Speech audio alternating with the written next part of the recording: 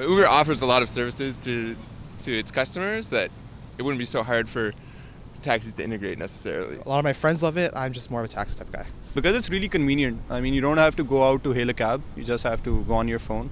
Do they have any insurance? Do they have any permit? I think Uber should be gone. And failing to integrate mobile services into a modern business is kind of like a huge business failure in my opinion. Everyone has an opinion on this subject. It is something that has all Montrealers talking. We're talking about the debate between Uber and taxis and the role of transportation in this city. We've got an expert panel lined up for you today, joined first off by Marc Petit from Taxelco. You may have seen Teo Taxi's lime green and white cars. They're in a beta mode right now. They're testing their new service that's launching with their all-electric fleet. You may have seen those on our show as well. We've got George Boussios from Taxi Champlain.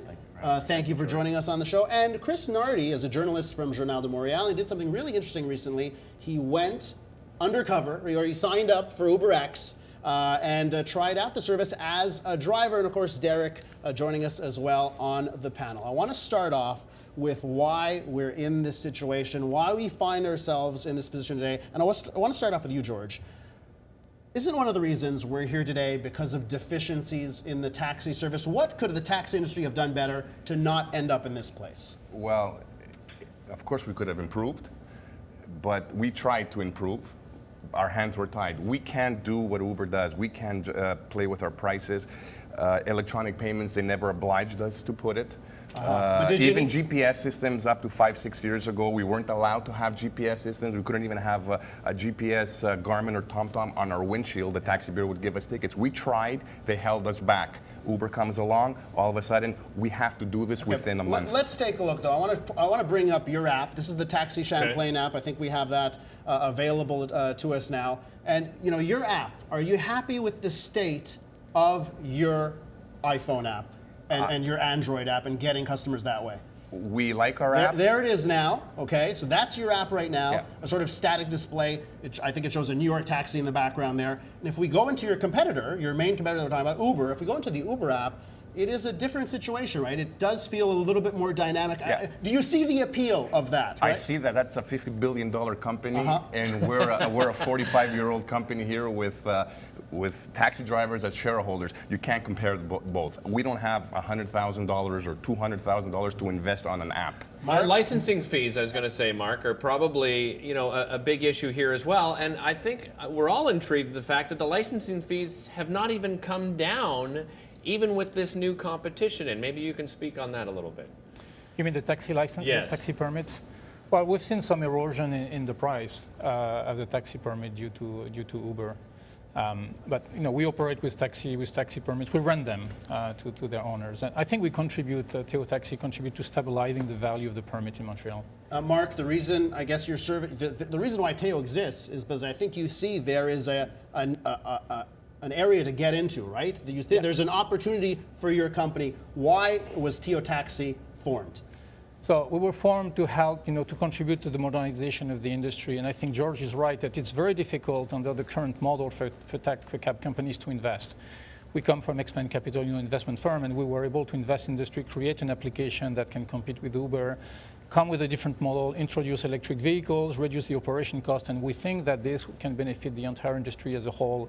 When we open up our cars to every driver. Well, let's bring Chris in here for a second. And Chris, you did this thing for Journal de Montréal where you signed up for UberX. And I think this is something that people forget about, the role of the driver in this situation. What was your experience as an UberX driver? So the experience was twofold, I'd say. First of all, I looked at it at a financial point in the Journal, and I think that's what we pointed out first, was that I drove end November, beginning December, over 2 weeks, 5 days, 35 hours.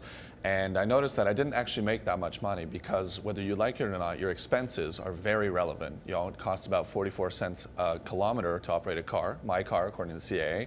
So when I calculated everything, it came down to about $4.60 an hour. Not that much. Of course, a lot of UberX drivers do it part-time and extra revenue. Another thing that I noticed was a very different way of interacting with clients that I've noticed with your typical taxi. So people would sit in front with me, they were very comfortable, people were very happy to interact, but also they couldn't treat me like a taxi driver. It was very kind of a covert operation because they were afraid that taxi drivers would act against my car. I would have been thrilled. I'm a reporter, but different story. As a consumer, just from my perspective, you know, it's you mentioned cost. Yeah. That is the biggest thing for me as the consumer. The fact that it's convenient. I see where the cab is. I get it sent to me. I find out who it is. I get a picture of the person.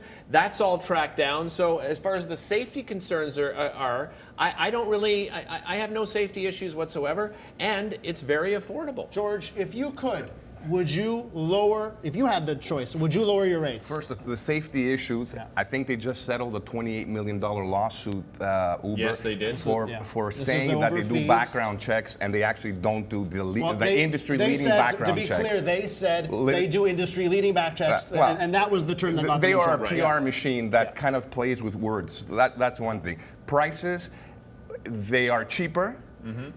But they weren't cheaper New Year's Eve. They weren't cheaper on Tuesday when we had the strike, and they won't be cheaper when we're all gone. That's what everybody wants. Tax drivers should be gone. They won't be cheaper. A monopoly that they keep on using, the word monopoly. Taxi industry is not a monopoly.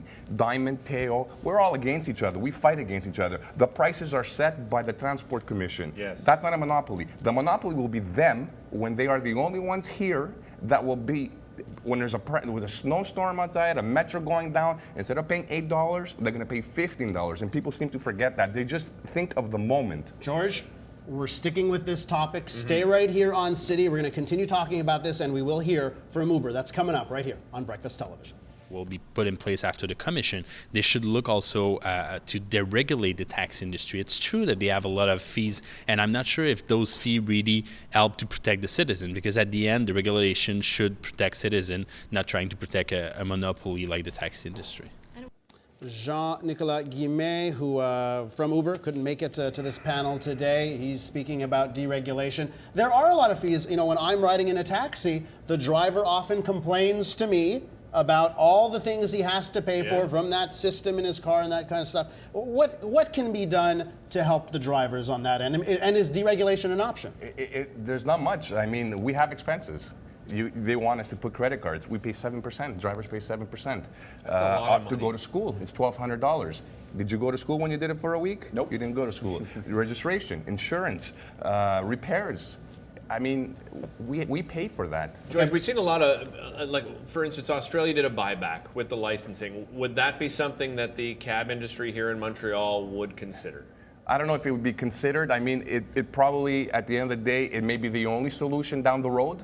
If we can't come to some sort of agreement, I think maybe that would be the fairest thing, and let this whole city become a Wild West with everybody driving cars and becoming. Everybody wants to become a taxi driver all of a sudden. It was the worst job 2 years ago. Now, everybody wants to be a taxi driver. But there is a sort of a counter argument here, and that is, that there are certain advantages to your competitors. What do you feel your industry needs to do? And Marc, maybe I'll bring to you because you're starting this new service. What do you feel you need to do to win the trust of consumers? Well, I think that's what we're doing. The first is to focus entirely on the consumer experience. You get an experience that's highly predictable. It's not the Russian roulette that you get with UberX or even with some cabs in Montreal. Like super nice user experience, all the convenience. You know, Uber did not invent technology. They invent the cab ride at the price of a plane ticket. They did invent that. But, you know, the apps is something that everybody can do, and we're doing it. Champlain, you know, it's difficult to invest. So focusing on the customer, the user experience, and then pooling the costs. We use electric vehicles to lower the cost of operations. We do fleet management. We're allowed to rent permits. It's very important because the regulation forbids you to own more than 20. We're allowed to have fleet management. We can reduce operating costs. You know, we have nice vehicles. So we can address the problems that George was describing. So our pilot project, I think, what we want to do with the government is help show a different way to the industry where you can lower the cost. We want price flexibility. We want to be able to do yield management. You know, like when our cabs are empty, we want to motivate the people to come into those. So it's a mix of a modernization and changing the regulation. We think the taxi permit rental is a good point, and we think that fleet management is a way to reduce the cost for everybody and passing it to the user. Let's talk a bit about safety. And Chris, you know, I think that's one thing when people are going and getting a ride, they want something that's safe. A lot of people say when you order an Uber and you can see the person's face, you see their license plate, you see a rating, that is an advantage. Is that something that you found from your experience that people felt safe? Not only did they feel safe, Elias, actually one of the main points that I remember hearing from my 50-something clients that I got was that not only did they feel safer, especially the young ladies, was that they really appreciated the customer service that they got. So there were a lot of younger clients, and a lot of them basically said, yeah, I came over because it's cheaper, but even more said, I came to Uber when I had a bad taxi experience. And a lot of them brought that up, whether they thought it was too expensive, they were being overcharged, refused to take credit cards. You know, a lot of the main gripes that we've heard over the last few years from the industry. And so they said, now that I've gone to Uber, well, because of the rating system, and I noticed it personally, you really do make an effort to try to offer better service, bottles of water, charging your cell phone, etc. And it was something that they really appreciate. And if that can stay, I think clients will be more and more attracted to that service. A lot of drivers like the social aspect of it as well, Very right? much. That's what they're saying, is that you get somebody in your cab, you get to talk with them quite a bit. I find there's a lot more conversation that happens. This isn't every cab driver, but oftentimes your cab driver's on the phone talking to somebody else. Would that be something, George, too, that you would talk to some of the cab drivers and just say, you know, be a little more personal. Talk to that person in your car instead of talking to somebody else. What do you want to listen to on the radio? Are you a sports talk guy or gal, or you know, what kind of music do you like? It's common sense, too. You get in somebody's car, you're not going to be on the phone. You try to give the service. We're not going to give you water or champagne. We're not going to give you chocolates. Right. We're going to try to give you the safest way, the quickest way. I mean, if you're stuck you were driving for a day or two, you said, if you're stuck in traffic and somebody an emergency needs to go to the hospital, I don't think the UberX driver is going to know how to get around the city as well as a taxi driver. Safety issues, I know a lot of stories, a lot of women at nighttime, a lot of drivers who work part-time who just go out for that reason, the social aspect of it. Right. So when they say it's safer in an UberX driver than a taxi driver, go to Moms Against Uber Twitter account and find out the information about how safe it really is. George? We have to stop it there. Gentlemen, a great debate. It's not lost on me that we're five guys talking about this, and I think you know, both your industries have to do a better job of getting women involved. And how many women do you have?